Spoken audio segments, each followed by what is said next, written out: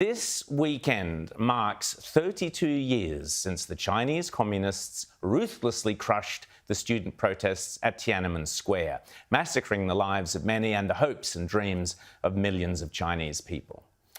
This weekend in Hong Kong, where only a couple of years ago there would be at least a couple of thousand people, a couple of 180 or so thousand people holding vigils to commemorate the anniversary. Now the Chinese communists have crushed the memory of it, and anyone who dares to show up faces 5 years in jail.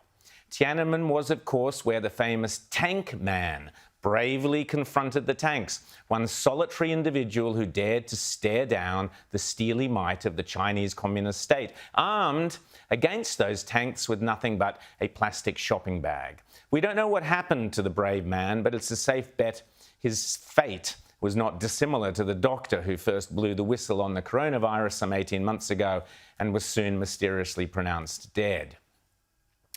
Back in 1989, we all recognised China for the brutal, ruthless, totalitarian dictatorship it was, and the photo of Tank Man caused anger and outrage around the world. We hadn't yet developed this foolish fantasy encouraged here in Australia by Aldi shopping bags stuffed with cash handed around to Labor politicians and our universities, that China would eventually become more like us once they'd had a taste of capitalism.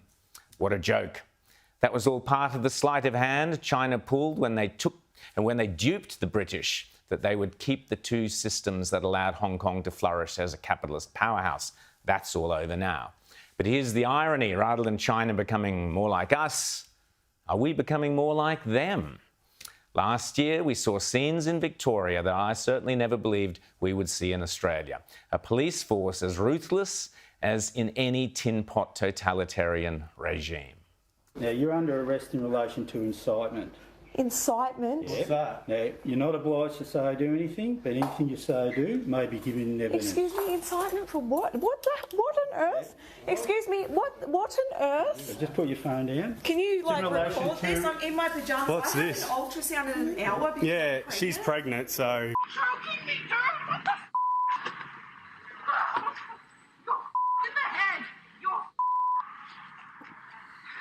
What the are you doing? What the are you doing? Police dragged Natalie Benet from her car.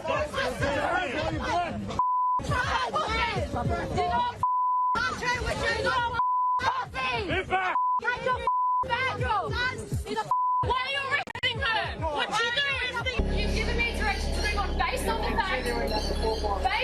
fact that I don't have a work permit. I have a work permit. You're not following the rules. Close the gate.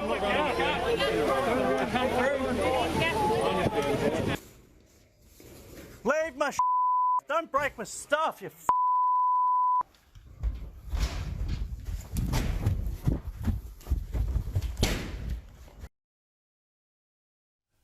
And they broke down the door. The thuggery we have seen from the police, particularly in Victoria during the lockdowns, is chilling and shocked the free world. But it's not only the excessive use of physical force, it is the excessive use of authoritarian power. The police, rather than protecting the citizens, have become an extension of the government of Victoria, protecting the bureaucrats and the politicians, in this case the Labor Party, from facing much-needed criticism and legitimate lawful protest. But it's hardly surprising. This is the same leftist Premier, Dan Andrews, who has made no secret of his admiration for communist China, going so far as to sign his secret Belt and Road deals, exposed to the world by this program, by the way, who also signed the entire state of Victoria up to the creepy and sinister UN Stronger Cities program. We need to look much closer at that. And the same Premier whose total disappearance since before Christmas after a bizarre incident has sparked an increasingly weird and feverish Melbourne rumour mill reminiscent of Soviet-era communism. The simple reality is that there is no scientific or science or scientific opinion that justifies the heavy-handed approach of the Victorian police to people who pose no genuine risk to public health and who are not at any serious risk of getting or spreading the virus. Yesterday, the Victorian police were at it again. Up there!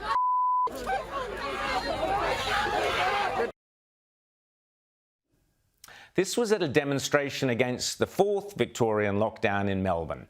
Perfectly legitimate demonstration, especially when you consider that the reality around the world is now that more and more experts are claiming lockdowns simply do not work, and they don't have the data to back them up. This chart shows those US states that locked down over winter in blue and those that didn't in red. And it is unmistakable, despite whatever other factors may come into play, that statistically lockdown states have higher deaths per million than non-lockdown states. In my opinion, in the months or years to come, we will be seeing massive class actions against those states, particularly Victoria, that enforced lockdowns, decimated businesses, destroyed lives for no good reason whatsoever. Worse, and this is unforgivable, the Andrews government has used its political force to suppress legitimate debate and the freedom of the press. Avi Yemeni is a passionate young journalist for the YouTube Rebel News. He's been on Outsiders in the past. Avi has covered the overreach of the police, of the Victorian police, through all of Victoria's lockdowns. And I would argue that he not only has the right, but the professional duty to cover yesterday's demonstrations. Yet look what happened the night before, Friday night, before yesterday's demonstration. This is life in modern Melbourne. Avi got a Stasi-like knock on the door at 8:30 at night. What's this? Hi, Avi. My name's Alex. I'm from Dandenong Police Station. Just got a letter here for you. Are you guys? The Assistant Commissioner. Just in relation to the protest tomorrow, mate. What's your name? First Constable Alex Lyons from Who we Dandenong. got here? So this is a letter to, what's it about? It's in relation to the protest tomorrow, mate. Yeah, so what's the letter you're sending me from the Commissioner? The contents are for yourself to have a read. Why is he sending me letters? What's that? Why is he sending me letters? We've got several. What time is it? It is 8:30, mate. We've got several letters to deliver, so we're going to be off. Are you going to Channel 7, Channel 9? Are you going to Channel 10's house tonight? Sorry, mate. So why are you coming to my house to deliver me a message about a protest tomorrow? That's what we've been advised to do by the Commissioner. So he advised. Where are you from? Dandenong. We're all from Dandenong. You're from Dandenong. So the Commissioner asked you directly to come to my house, a journalist, and to give me a letter warning me what? I don't know. It's in there. You've got to read it, mate. That's all. Put aside the grotesque actions of a police commissioner having the power to decide which journalists may or may not attend an event, a totalitarian giveaway if ever there was one.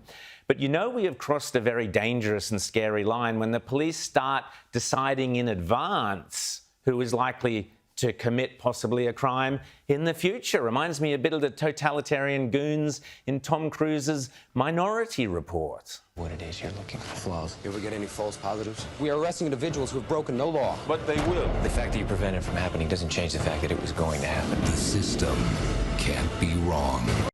Now, Avi is a great journalist, a passionate free speech advocate, and let's be frank, he's a great showman as well. But he knows his rights, and he's not afraid to stand up to the excessive use of police authority. It's not quite as dramatic as the tank man with his plastic carrier bag standing up to the procession of communist tanks, but the principle is identical. One individual expressing his defiance of a brutal and oppressive state that has only one answer to dissent, and that is to crush it. Now, we'll never know what happened to Tank Man. Indeed, if big tech and their communist overlords get their sinister way, future generations may never even hear about Tank Man. You see, this week, approaching the anniversary of Tiananmen, Microsoft's search engine, the equivalent of Google, which is called Bing, was accused of wiping Tank Man's memory from history. On Friday, when Microsoft users in the US, Germany, Singapore, France and Switzerland tried to click on the iconic photos and video of Tank Man, or even tried searching for the phrase Tank Man, they were greeted by this message saying, "There are no results for Tank Man." He'd been cancelled. Microsoft later claimed it was human error, of course it was Microsoft, and that they were working to fix the issue. Microsoft's Bing, of course, is one of the few foreign search engines available in communist China.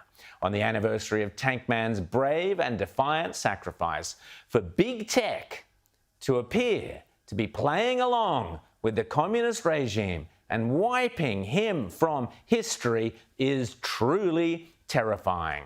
But they're not all that surprising when you've seen big corporations such as Qantas refusing to call Taiwan, Taiwan, and media personalities, Hollywood stars kowtowing to the Chinese communists' every wish and whim.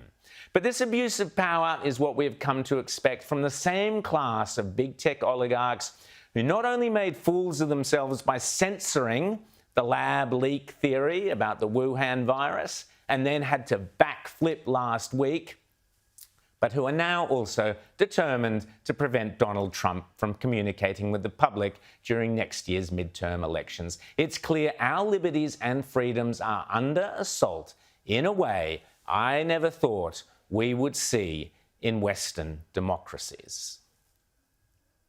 On the anniversary of Tiananmen, remember Tankman and be grateful for every individual, every journalist, every pajama-clad man or woman who's brave enough to stand up and to speak up against the anti-democratic and anti-freedom forces that are crushing us, lining up against the rights and freedoms of the individual. Remember Tankman and his plastic carrier bags.